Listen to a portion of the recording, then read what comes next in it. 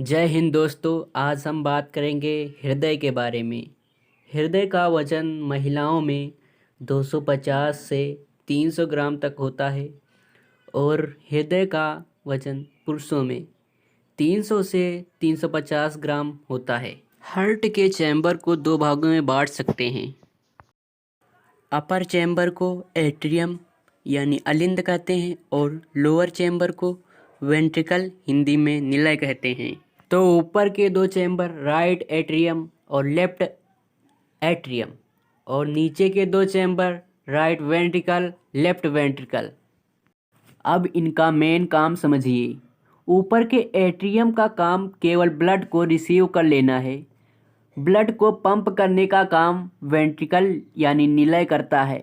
अब यहाँ पर एक प्रश्न है कि हार्ट की मांसपेशियाँ कहाँ ज़्यादा मजबूत हैं, अलिंद में कि निलय में। जो एट्रियम होता है वो केवल ब्लड को रिसीव करता है और वेंट्रिकल पंप करने के लिए मजबूत होता है। तो वेंट्रिकल यानी निलय की मांसपेशियां मजबूत होती हैं।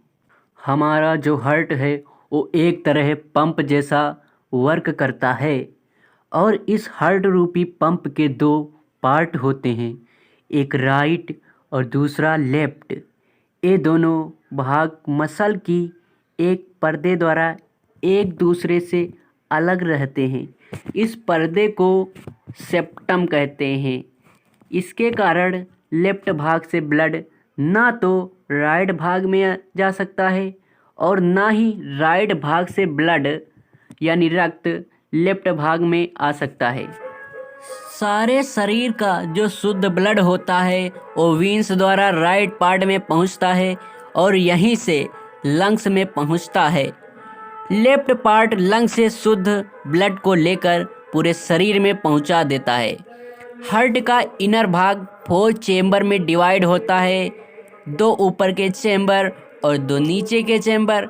ऊपर के पार्ट को जो ब्लड लेता है उसे एट्रियम कहते हैं और जो नीचे के पंप करने वाले जो भाग होते हैं उसको वेंट्रिकल कहा जाता है। इस प्रकार से हार्ट में 2 एट्रियम और 2 वेंट्रिकल होते हैं। राइट एट्रियम में कम ऑक्सीजन वाला रक्त होता है। इस एट्रियम का सिर्फ नीचे की तरफ यानी सिर्फ एक तरफा खुलने वाला एक वाल्व है। ये वाल्व तभी खुलेगा जब नीचे वाला वेंट्रिकल फैलेगा, तब अशुद्ध रक्त यानी कम ऑक्सीजन वाला रक्त वेंट्रिकल में आ चुका होगा और उसके पीछे वाला वाल्व बंद हो चुका होगा। यानी वो उल्टा नहीं खुलेगा, लेकिन वेंट्रिकल का ऊपर की तरफ खुलने वाला एक और दरवाज़ा है।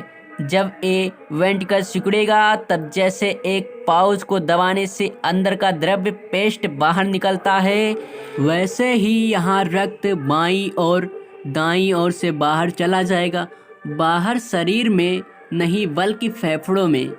फेफड़ों में छोटी छोटी नलिकाएं होती हैं जहां इस अशुद्ध रक्त की मुलाकात ऑक्सीजन से भरपूर हवा से होगी। ये वो हवा है जब हम सांस लेते हैं तब अंदर आती है। अब ये रक्त लाल हो जाएगा क्योंकि अब इसमें ऑक्सीजन आ चुका है। ये लाल रक्त फेफड़ों से एक बार फिर हृदय की तरफ जाएगा और हृदय में लेफ्ट एट्रियम से अंदर जाएगा। यहाँ भी एक वाल्व है। जब ये वाल्व खुलेगा तो ये शुद्ध रक्त वेंट्रिकल में चला जाएगा और जब वेंट्रिकल सिकुड़ेगा तब ये ऊपर खुलने वाले वाल्व से बाहर सिर भुजाओं के लिए पेट और पैरों की तरफ जाएगा। यही कार्य बार बार होता रहता है। Thanks for watching video.